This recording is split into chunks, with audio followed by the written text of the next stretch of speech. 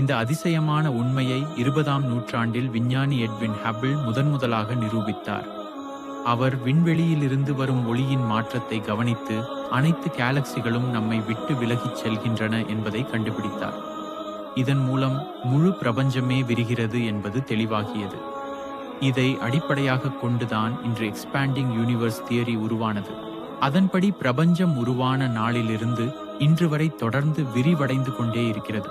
இந்த அறிவியல் கண்டுபிடிப்புக்கு முன்பே 1400 ஆண்டுகளுக்கு முன் குர்ஆன் இந்த உண்மையை மிக தெளிவாக சொல்லியிருப்பது மனிதனை வியப்பில் ஆழ்த்துகிறது.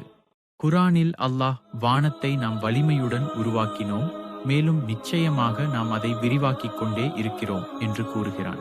இதில் பயன்படுத்தப்பட்ட சொல் தொடர்ச்சியான செயலை குறிக்கிறது. அதாவது வானம் ஒரு முறை உருவாக்கப்பட்டது மட்டுமல்ல, அது இன்னும் விரிகிறது, எதிர்காலத்திலும் விரியும் என்ற அர்த்தம் இதில் அடங்கியுள்ளது.